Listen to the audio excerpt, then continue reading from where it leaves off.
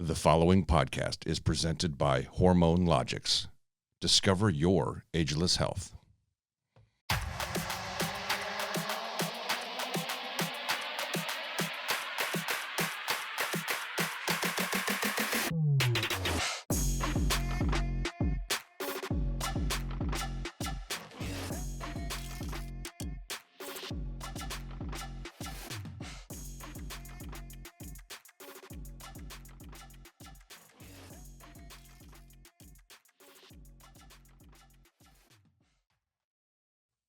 And now, part 2 of our conversation with Anne Lemus. So, Anne, thanks so much for walking us through some of your timeline. Yeah. I think you had a question. I did. Okay, go ahead. So I'm curious, obviously you're super fit, right? You won your pro card. You're probably in the gym a lot, but you're probably also not in the gym a lot. So what does a rest day look like for Anne Lemus? What do you do on your rest days? I honestly try and take 2 rest days. I do my best to take 2 rest days just because I'm learning over the course of time, the more run down your body gets, the more it won't respond. So I've really learned to listen to my body and take a rest day. But yeah, rest days for me are all about just like hanging out at home. And I do have a life. So we have a grandbaby. He's 3 and almost 3.5, and we get him once a week. So we have him every Thursday. So that's kind of one of my rest days. I usually try and use that as a day, or if I have some cardio to do, I'll do it while he's napping. But other than that, my whole day is committed to this precious little 3.5-year-old, which is way more important than anything else I do on stage. So that's kind of a rest day. And then Sundays are usually kind of my down day. And it's just really, honestly, it's more just hanging out at home, getting things done around here. My husband and I do a lot of walking outside. We love working in our yard and working in our garden and working on our house. And so it's just having normal life, How old are your kiddos? Well, they're all adults. So we have 22, 23, 25, 30, and then a grandbaby. Awesome. Full spectrum. It's probably nice to have them all launched so you can also focus on your own thing, Yeah, it's helpful. We joke. So my husband and I we've been married 5 years, a little over 5 years. Interestingly enough, we were dating when I decided to do my first show, and my very first show happened to fall on the 1-year anniversary of our first date. So after my show, after I competed, he proposed to me that after my show. And he was really nervous. He's like, okay, this is either really going to be icing on the cake if she does really well, or it's going to feel like a consolation prize. I'm not really sure how well this is going to work out. So it was really cute. So he actually proposed to me right after my first show. And we got married about not even a year later. Like right after that, we got married. So we haven't been married that long. Where was I going with this story? What was your question? Oh, I asked you how old your kids were. Yes. So we got married. At the time, our boys were still in the house. They were in high school. And it was my thing. Like, as soon as the boys are out, I just want to buy a little house. We live in a part of town called Old Southwest. I'm like, I just want to buy a little house in Old Southwest where I can pedal my beach cruiser downtown. We love to do that. Like in the summer, we just go downtown and there's all kinds of concerts in the park and we go out to dinner and those sort of things. I'm like, I want to be able to ride my bike downtown, drink my wine, and pedal home. Yeah. That's all I want. I want a small house. I want to get out of this big house. Yeah. I want to get out of this big house, and we were way out side of town. It was crazy. So anyway, we bought this little tiny house and renovated it. And it's kind of been the running joke because I said, let's buy a small house because then the kids won't come home. Well, it has a basement, and we have yet to empty nest. Like, we get rid of one, and another one comes home. And then we get rid of that one. And oh, man, they're all boomerangs. Yeah. So we have one with us now. She's moving out in a couple of weeks. She's been here 2 years. So, we're just hoping another one won't come home anytime soon. Like, you never know. Yeah, we have the big house right now and 5 children, and we keep thinking about that too. Like, someday we'll get rid of it, but then you always end up with 1 or 2, right? Yeah. Don't plan on empty nesting until they're, I don't know. I don't even know. The 25-year-old is still living with us temporarily, so you never know. So, and one of my favorite things about Amy's bodybuilding journey, I've gotten kind of the front row seat, kind of seeing the results and seeing the lifestyle change. One of my favorite things is going out for food, because she'll throw down a huge plate of pancakes and the servers have no idea what just happened. What's your go-to cheat meal? Like what's your, I'm ready to get some carbs or whatever it is. Like, what's your go-to cheat meal? So like after a show, yeah, kind of a thing? Or like whatever. Yeah. Usually twofold. I always same thing. I always want a good plate of pancakes. Like, just always sounds amazing to me. Like good old-fashioned restaurant pancakes with syrup on them. And then usually sweet potato fries. Like sweet potato fries and a burger are my usual go-to after a show. Making me hungry. That's kind of been hindered by my lack of gluten, so that kind of is a bummer because I can't eat the bun anymore. But burger and sweet potato fries or sushi. Going to good sushi binge after a show is always really nice. So tell us about how you transitioned from real estate, which you said that you were in for a long time, to coaching. When did that happen? How did that happen? Why did that happen?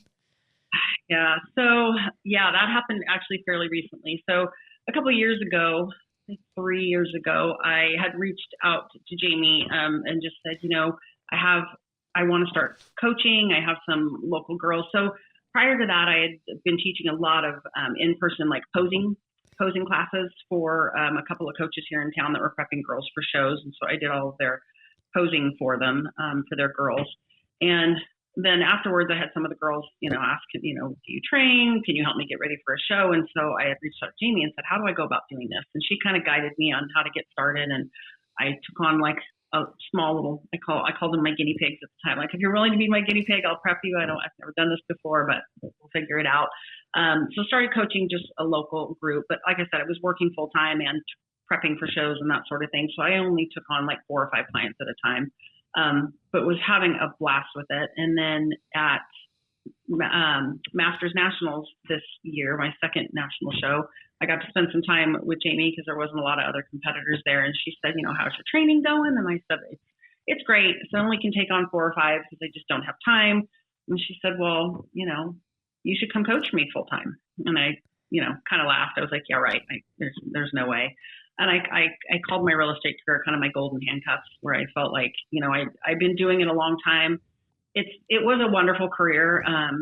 I did really, really well in it, but I was really burnt out. I've been doing it for 20 years. I could do it in my sleep. The profile of buyers has changed drastically over the course of 20 years. And so I was burnt out, and I just wasn't getting any fulfillment from it, but felt like, I can never make that kind of money doing anything else at this point in the game. So I'm kind of stuck here. So we kind of talked numbers and all that. And yes, it was a pay cut, but it was worth it. And so I was completely nauseous with like anxiety of the whole idea of even changing careers at 51 years old after, 20 years being in a career where I could do the job in my sleep. But something just told me, this is what you were meant to do. You need to just take this leap of faith. And so I hesitated for a hot minute, and then I just said yes, because I knew if I thought about it too long, I'd talk myself out of it. I'm like, let's do it. So did you quit cold turkey, or were you still taking some? Turkey. Oh, wow. No. I took a leap of faith, and I said, okay, let's do this. And within, I got my pro card, came home, put in my 2 weeks notice, and I was out. What did your husband say? Yeah. Or what did he think? He was just, he just does what he does. He just shakes his head at me like, oh, okay, what are we doing? Have you thought this through? What are we, he's super supportive, but he's like, okay, if this is the road we're going down, let's do it. So, yeah. Well, I mean, it sounds like you were getting signs that you should have done it, because people kept asking you, like, what are you doing? Can we work with you? And so it probably just got hard to say no, huh?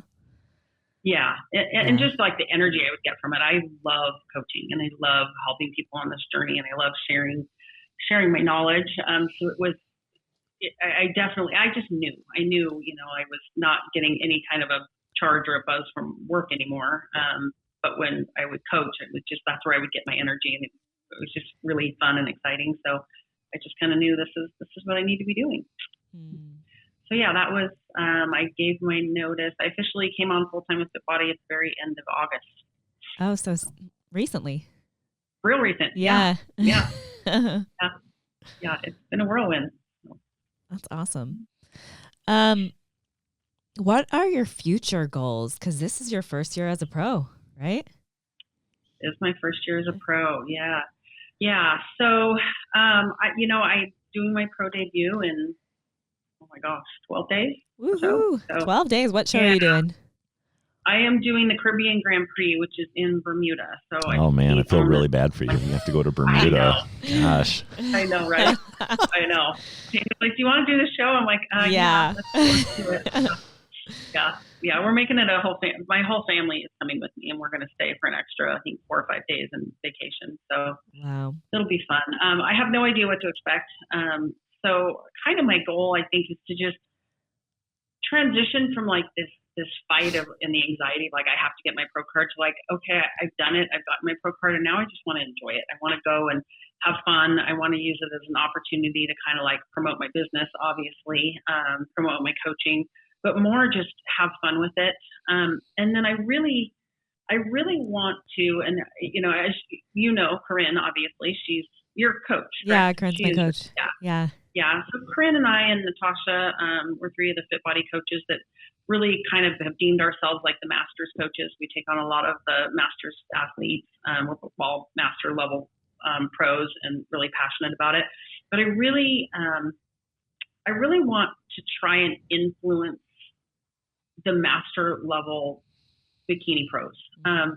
Because I feel like when you're younger in the sport and you get your pro card, then the next thing becomes, okay, now I want to qualify for Olympia. I want to get to Olympia. So there's always this like kind of carrot to chase.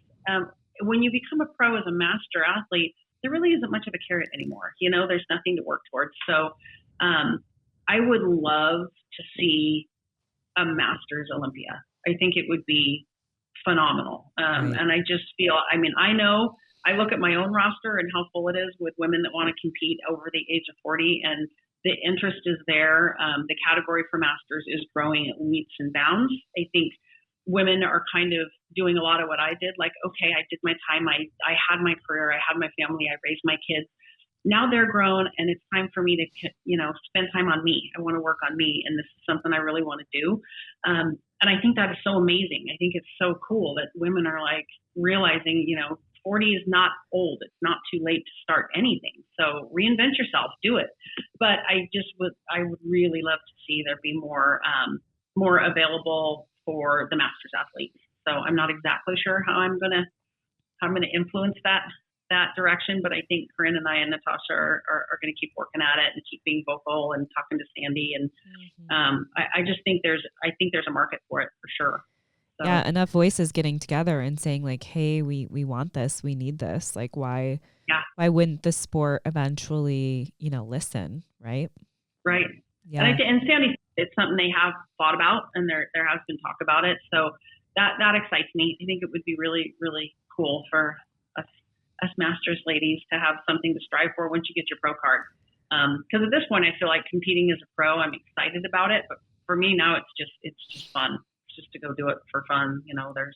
There's nothing, there's no earning points for anything. So yeah, I would like to love happen. I love the community you guys are creating. I mean, they do a monthly call, right? Fit Body Fusion does a monthly call. And how many women do you think join it? It's about 30, 40? Yeah, somewhere between 30 and 40 has kind of been our average on our calls. And then we've started recording them because we get tons of feedback. It's hard to pick a time because obviously we're, appealing to the entire country. And so we do it on a Sunday. And so we do it at 5:00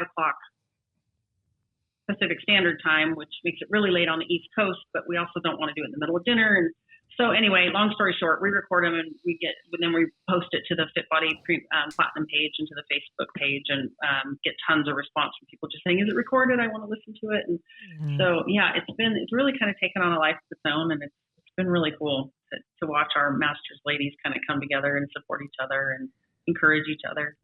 Right. It's an amazing movement. I think that you're in the middle of, right? Because you're not going to really see those masters athletes on.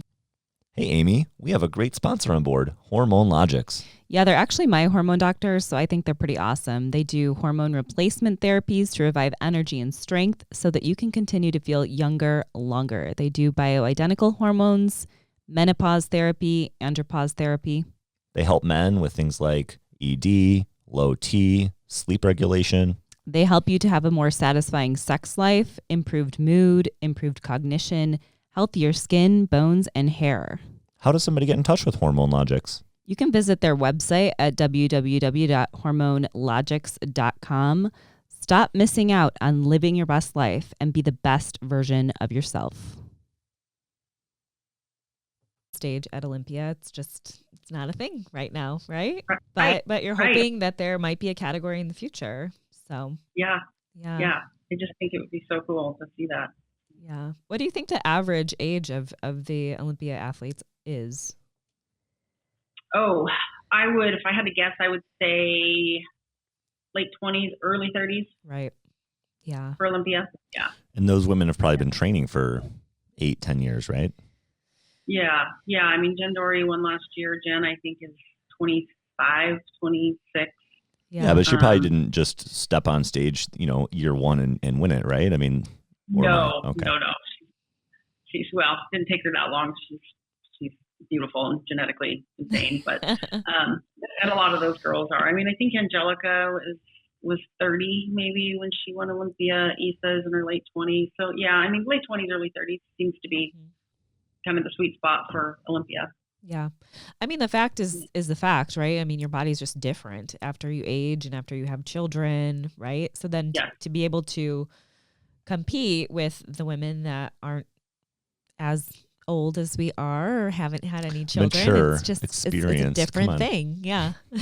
Yeah. I mean, yes, our bodies are just very, very different. It wouldn't be a level playing field by any sense of the imagination, but right. Then you look at the masters athletes and just our muscle density and our muscle maturity is so different than the young girls. We just look totally different on stage but yeah, I mean, there's some masters level athletes that are just phenomenal. I mean, I don't know, Mary Abato, she's something else. She's 51 and you wouldn't know it. I feel like she's like the freak of nature who could probably qualify for Olympia, but wow. Yeah. So what would be your kind of top pieces of advice you would give to someone who might have this as their dream and is interested in pursuing bodybuilding? Like what would be kind of your top pieces of advice? Oh gosh, my top pieces of advice for people wanting to do this. I would say patience. It takes a lot of time, like the commitment and patience. Balance is super, super important. You cannot let this sport consume you. And I feel like the more stressed out you get and the more you run yourself into the ground, the worse you look. So just finding that balance and just realizing that it's an expensive hobby. So don't ruin your life over it. It's not, if your marriage is suffering because you're spending your entire life in the gym, it's probably time to reevaluate your plan. Just perspective and balance. And then just the biggest thing for me too, with competitors is this isn't like a run yourself into the ground for 12 weeks and then, go off the rails. I see that happen all the time. I feel like you need to commit to a lifestyle change, and this being a lifestyle and competing is just the little icing on the cake. It's you getting to showcase the results of changing your lifestyle. Prepping for a competition is not a diet. And, and I get plenty of women saying, I need to get in shape. I'm going to do a show. I'm like, no, I'm not running you into the ground for 12 weeks so you can step on stage and then gain 20 pounds after, because you don't want to do this as a lifestyle. You just want to use it as a diet, not the reason. So I guess make sure you're doing it for the right reasons. Find your balance and have patience. You talk about balance a lot, and I like that word for a number of reasons. But one of the things that it brings up in my mind is finances. I think of balance as like a balance sheet or a balanced budget. And so how much of the financial conversations are you having with women before they get started on this journey? Because I would imagine there's a really big financial commitment that it's kind of hard to really tell people it's going to cost $5,000 or whatever dollars, over the, you don't know how much it's going to cost, but how do you kind of prep them for that part of it? Yeah, and I do. I mean, obviously, and I tell them, aside from what you're going to pay me as a trainer, keep in mind this, and I kind of break down. You're going to spend anywhere between $300 and $600 on a suit. You're going to spend $300 probably on getting your NPC card and registration fees. You're going to spend $100 on your tan. Kind of give them like a rough outline of it. And I'm very clear with telling people this is an expensive hobby. If it's a financial commitment, so making sure they're ready for that before they go into it. Yeah, it's not cheap. Not a cheap sport. I really appreciate kind of all the advice that you've given and sharing your story. Is there anything else that you really want our audience to know, kind of about you or about this sport in general? No, I guess for me, what I want people to grasp, and it's the same thing I try and like really hammer home with my clients, whether they're lifestyle or competition, is this is taking care of yourself and changing your lifestyle in such a way where you're eating and you're listening to your body, which I think a lot of us, we stop doing at an older age, because we just start coughing it up to, oh, it's just age, or I'm tired because of, I'm just aging, or I'm perimenopausal. And it's like, listen to your body. And if you're not feeling well, make some changes to make a difference. But for me, it's truly, this is a lifestyle change and something that is going to help you feel better for the rest of your life. And it extends into all areas of your life. It isn't just about how you look on the outside. It's about taking care of yourself on the inside, how that helps you relate to everyone else in your life. I mean, when you're happier and you're healthier, I feel like it permeates everything. The people around you start wanting to be healthier. And I'm sure you two find that in your life as well. My kid eats really healthy. I've got my sister-in-law coming to me saying, can you help me figure out my macros? I've got my mom tracking her macros. My mom's lost like 13 pounds. And it's just, to me, it's like so cool. This isn't necessarily about competing. If you want to compete, great. That should be your way of showcasing your hard work. But for me, it's about changing your life, changing your life so you can enjoy quality. You can enjoy the quality of your life and be healthy into your 70s and 80s, and make those kind of life changes. Yeah, I've noticed that it just kind of radiates into everything else, right? As far as like even just like organization or planning or happiness in general. I find myself just like a lot more joyful because I have such a routine that's dependable. I mean, it just kind of it kind of spreads into all these other areas that I guess I wasn't really expecting, but I think like for me, I had to be in a really good place mentally and physically before I started. And I think that that's kind of what I worry about with people that might just be like, I'm signing up for this, like you said, and it's like more a diet, or I want to get on stage. Like, I feel like you have to be kind of mentally and physically strong to begin with in order for it to be beneficial to you instead of maybe detrimental.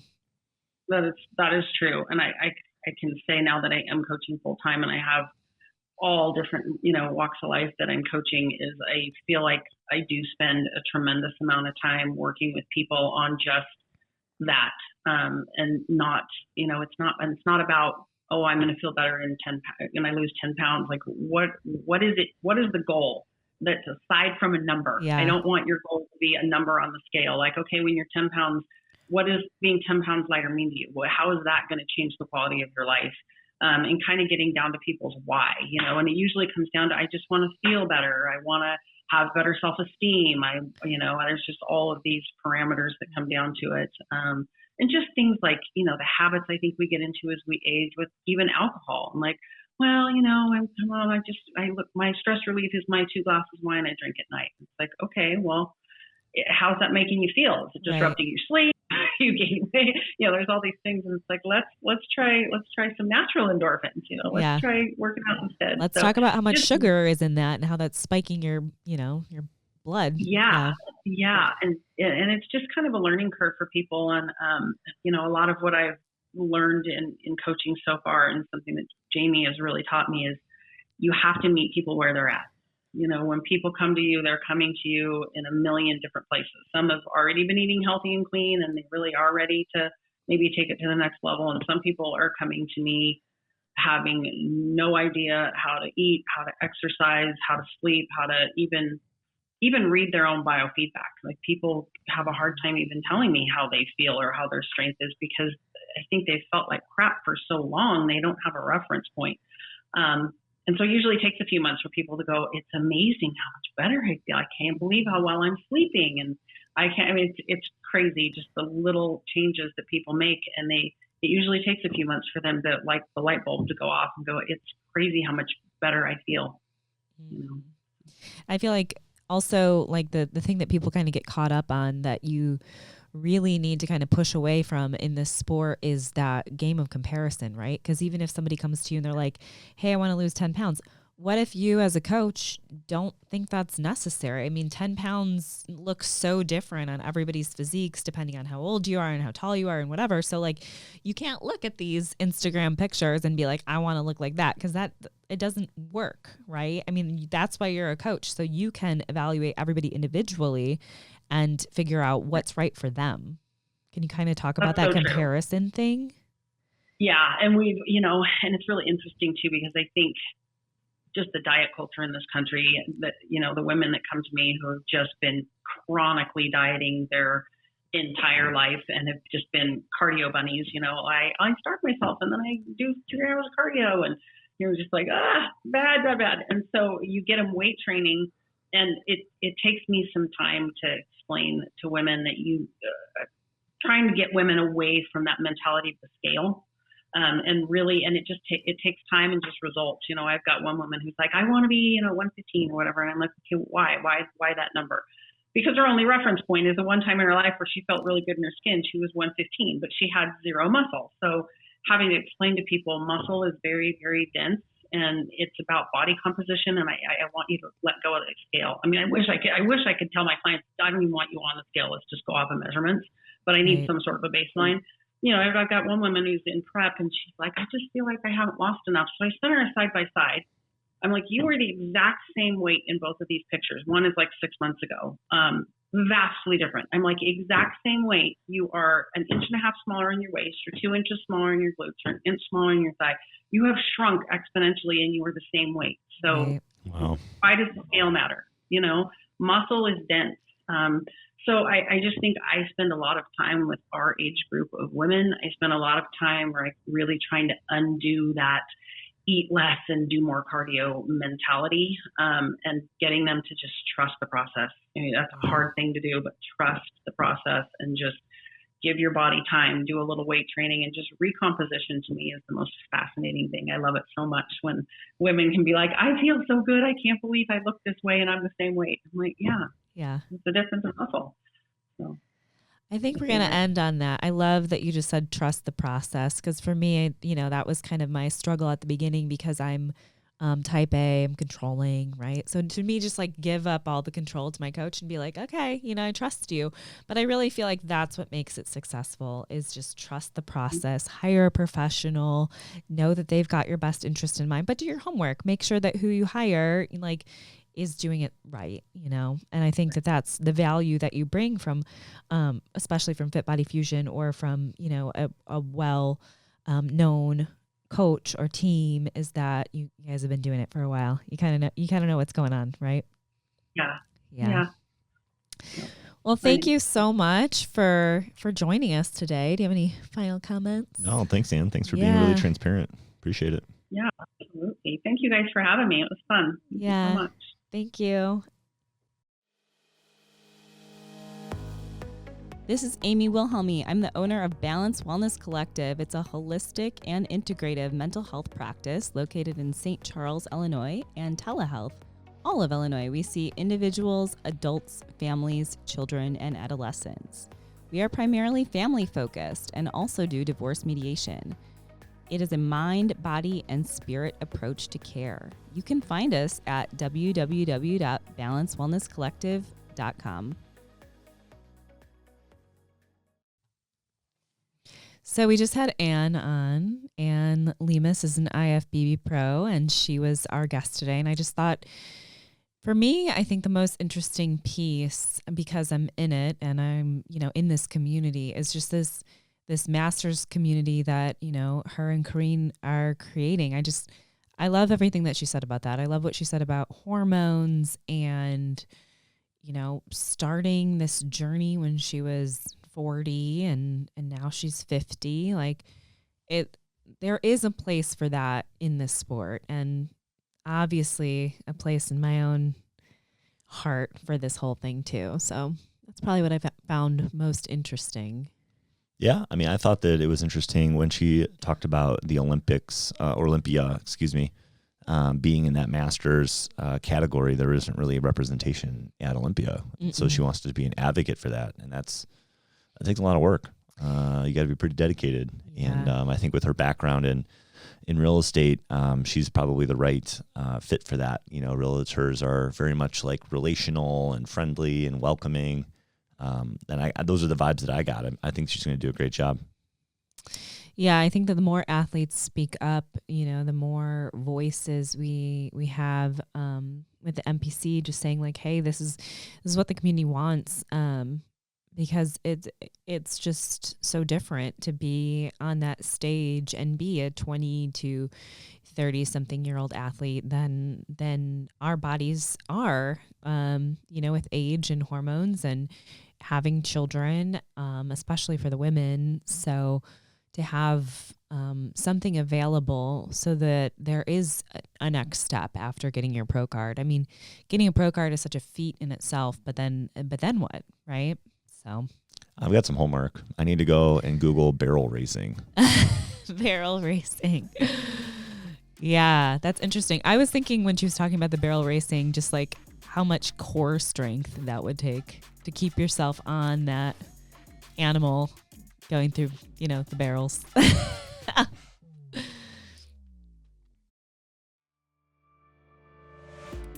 you ever been stuck in life? Have I got a book for you? Ascension Mentality, written by Amy Wilhelmi, public speaker, athlete, and licensed therapist.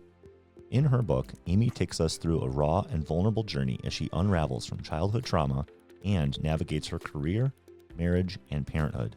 She takes us on a deep dive into her life and how when emotions are left unprocessed, they seep into adulthood as she tries to navigate the task of growing up. You cannot change what you did. You cannot change what has happened to you.